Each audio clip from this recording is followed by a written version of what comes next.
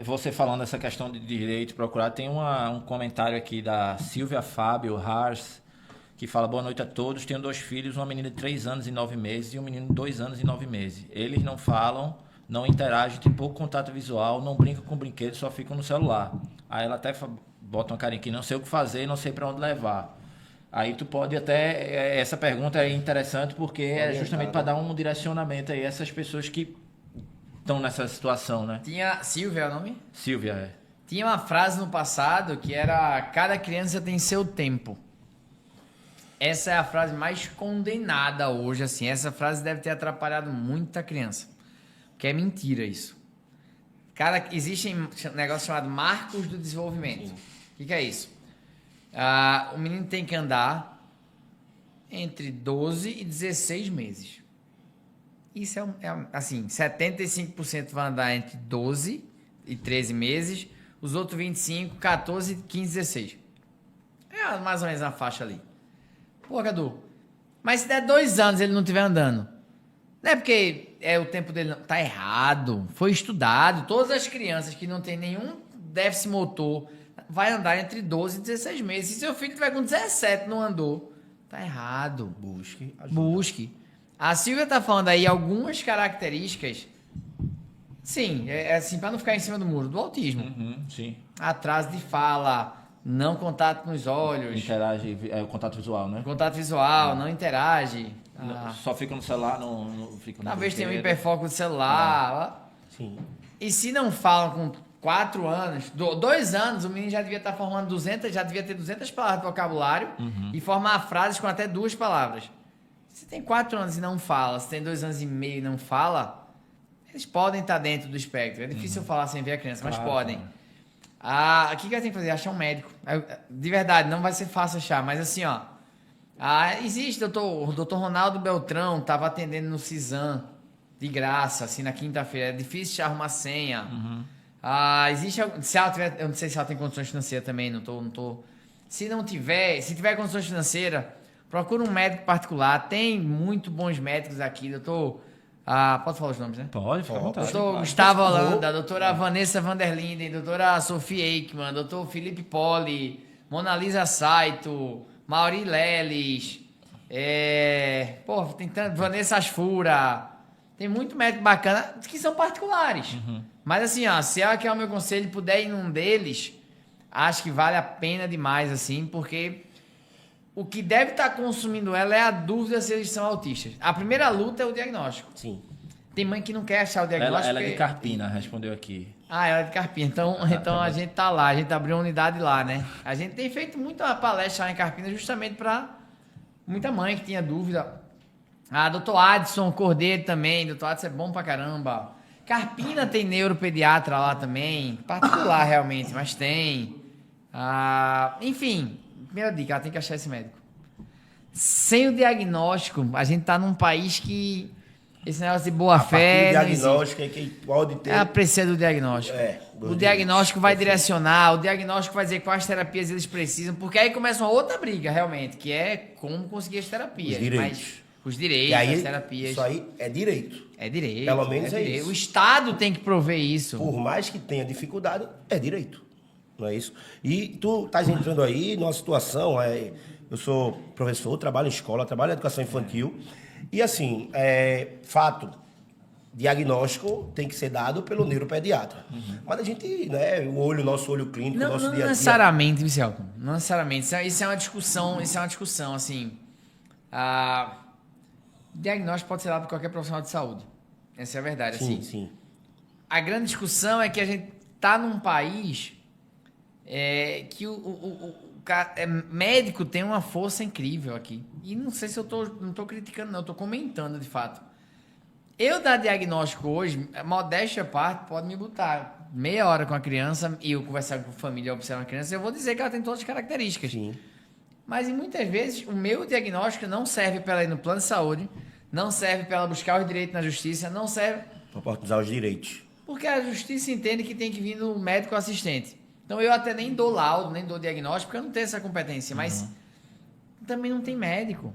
Então, ou a gente em algum momento autoriza o professor da escola, que é ele que está vendo os marcos de desenvolvimento hoje inicial. a junta escolar, a junta que a gente fala, professor da turma, professor de atividades extras, tipo escolinhas esportivas, junto no relatório do colégio, ele massifica e engrossa, né? Pra mãe buscar um médico. Entregar o neuropediatra, para partir daí ele carimbar acaba que ou no caso não. de autismo a gente tem indicado muito neuro, que é ele que tem estudado. Mas só para passar essa informação, qualquer profissional de saúde pode dar o laudo. A grande questão é que, assim, pelo que eu entendo, tá? Que até existe um laudo que vai fazer com que a mãe entenda e que saiba que o filho é autista. Que não é o laudo necessário para você adquirir alguns direitos por aí, né?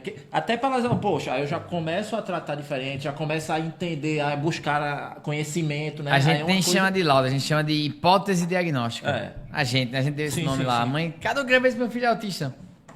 Em resumo, a gente faz um bocado de avaliação e no final a gente dá um relatório de hipótese diagnóstica, ó. Baseado por essa avaliação, por essa escala, por isso, ele dá esses sinais, que o colocam dentro do transtorno do espectro autista. Sugestão, procurar um neuropediatra para validação das informações, Enfim. Mas que já é de grande ajuda, porque vai fazer ela de fato. São 30 horas de avaliação para dar um relatório desse. Já passa pela fono, pela TO, pelo profissional de educação física, todo mundo faz suas escalas, senta, discute e sei lá. Total. Modéstia à parte é incrível, assim, mas é hipótese diagnóstica. Isso deveria dar. Isso.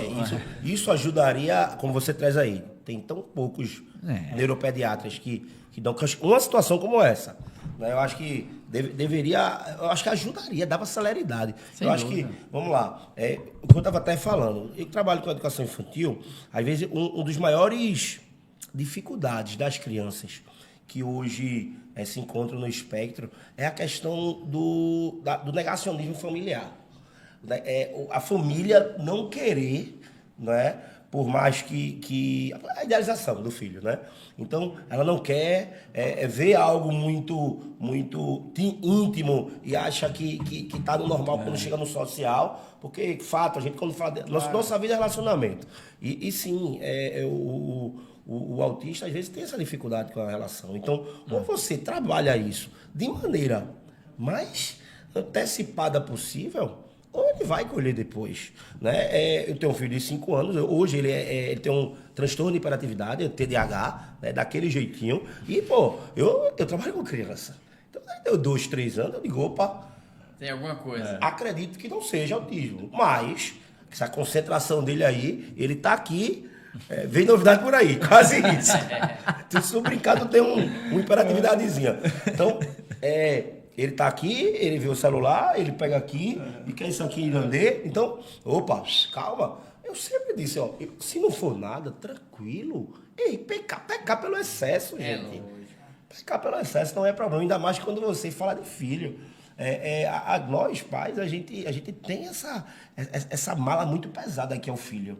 Né? Então a gente tolera o nosso erro, mas o erro que foi feito por não dar esse acompanhamento do filho, quando já tiver passado esse tempo, depois vai se sentir muito mal. Então eu sempre pensei nisso. Errar por mais. Errar para mais. Hoje ele tem um diagnóstico, e de fato, tem Mona Lisa, você falou de Mona Lisa aí. Mona Lisa. Inclusive a minha prima até... coordenadora do Colégio EGE, Ana Paula Calado. É tua prima, né? Minha prima, ela postou no story aí, 2 feras, né? Cadu e... que é a irmã dela da Comunicare, não sei se você conhece, Ana Grécia. Também é uma clínica com todas as terapias. Meu filho faz lá também. Então, agradecer a todos os profissionais da Comunicare lá que estão lá com o João. Então, eu sempre pensei nisso. Eu queria falar contigo aí, já falasse o quanto é o luto, né, de um diagnóstico comparado até o luto da morte. Então, esses pais, a primeira coisa que fazem, opa, eu não acho. E eu enfrento muito isso. Bato lá no futsal, eu procuro a coordenadora, muitas vezes, pergunto, tem algum diagnóstico? A coordenadora fala, o diagnóstico não tem. A gente está trabalhando com a família. Porque o colégio já entende. Esse é o meu dia a dia, isso, na verdade. Eu até acho que eu vejo alguma mudança, sabe, acontecendo. Tipo, o pai que antes morria de medo do diagnóstico, eu já vejo ele um pouquinho mais aberto. Por quê? É aquilo que a gente conversou. Qual era a vantagem de ter esse diagnóstico? Nenhuma. E aí o cara vai na escola, a escola nega a matrícula porque ele é autista. No popular, o autista era o doido. Era o doido. Era o abestalhado, Era era o cara o que, por exemplo, o donzelão. autismo hoje a gente entende a desorganização e o que fazer para a gente tentar organizá-lo. Hoje a criança gritava, é doido. É Mas isso. foi marginalizado muito isso. Aí pra que o A pai gente quer que o entende filho isso. seja autista? Quer. Aí o que eu digo muito é isso. Eu bato na tecla, obviamente, que do desconhecimento, porque 6 meses que ele perdeu de diagnóstico pode corresponder a 6, 7 anos de desenvolvimento. O menino que for estimulado com 1 ano e meio, 2 anos ali, ele pode estar atrasado 6 meses. Se for começar a ser estimulado com 5 anos, ele pode estar atrasado 5 anos. Então, quanto mais eu demorar a começar as intervenções, eu aumento a distância do atraso dele. Sabe? Então, 2 anos de vida, vamos dizer que ele tá... Aquela velha frase, o menino tem 2 anos, mas se comporta como se tivesse 1. Vamos dar um exemplo, sei lá. Se ele tem 2 anos e se comporta como se tivesse 1, ele tá atrasado 1 ano. Se ele tiver 7 anos e se comporta como se tivesse 4, ele tá atrasado 3. Então, quando começar as terapias, eu tenho que correr atrás de equiparar ele 3 anos e não 1. Então, olha a importância da intervenção precoce. Essa é a grande sacada do negócio. Ele tem atraso de desenvolvimento, eu tenho que equiparar ele com os A outros. distância só aumenta, né? Com os outros não, né? Com os marcos. Se não tiver a terapia... A distância só aumenta. Só aumenta. Se não tiver intervenção, só aumenta. E para ficar muito claro aí, né, para não ser mal interpretado, a questão quando eu falei a palavra doida, porque de fato não tinha um diagnóstico, a gente era muito desinformado, porque assim... Ia daí pra pior, viu? Que tem outras palavras aí que poderiam... E quando tu traz, né, a gente tem até aquele peso de época de criança, adolescente dos anos 90. Caramba, a quantidade de coisa. Eu visualizo vários amigos que a gente fez bullying. Isso é verdade. E esses amigos, hoje eu não sei onde estão, mas acredito muito que eles tinham alguma necessidade. Eu não vou dizer agora, até porque na época não tinha maturidade nem informação. Claro. Mas eram crianças, eu chamava, xingava, e era fato. É isso. Hoje, por isso que eu tô batendo na tecla tanto de massificar o entendimento de autismo, que aí vai fazer com que os pais cada vez mais se sintam mais confortáveis. Se ele tá bom, vamos trabalhar. Focar. Mas não é fácil por causa desse luto, sabe? Ele faz, tá aí se for. Às vezes é mentira, ele vai mentir pra ele mesmo, às vezes é... Mas enfim, quanto mais informação ele tiver, quanto mais se sentir acolhido... Porque quando ele disser, meu filho é autista, sabe o que vem na cabeça dele? A escola vai negar a matrícula. Várias vezes na academia, chega lá e não diz que é autista, aí a gente percebe e diz, ele não. Por quê? Vai negar a matrícula dele? Eu digo, não, calma, peraí. Sabe? E aí começa todo um tumulto. Então, o normal é negar a matrícula. Tô dizendo que é o certo, tô dizendo que é o normal. Tanto que recomendações, inclusive de jurídico e advogado, ligue para uma escola que você quer que seu filho estude, pergunte se tem vaga. Se tiver vaga, pergunte preço, negocie, faça tudo. No final você diz, mas meu filho é autista, esqueci de dizer. Aí você vê a reação da escola. Eita, para autista tem vaga não. Ou para autista é mais caro. Ou para autista... Isso é o comum das escolas, tá, gente? Janeiro e julho, meu Instagram chega assim, 100 mensagens. Cadê o meu filho foi negado a matrícula? Meu filho não sei o quê. Então para que esse pai vai buscar? Deveria buscar, mas inicialmente a cabeça dele poxa, eu vou buscar nada?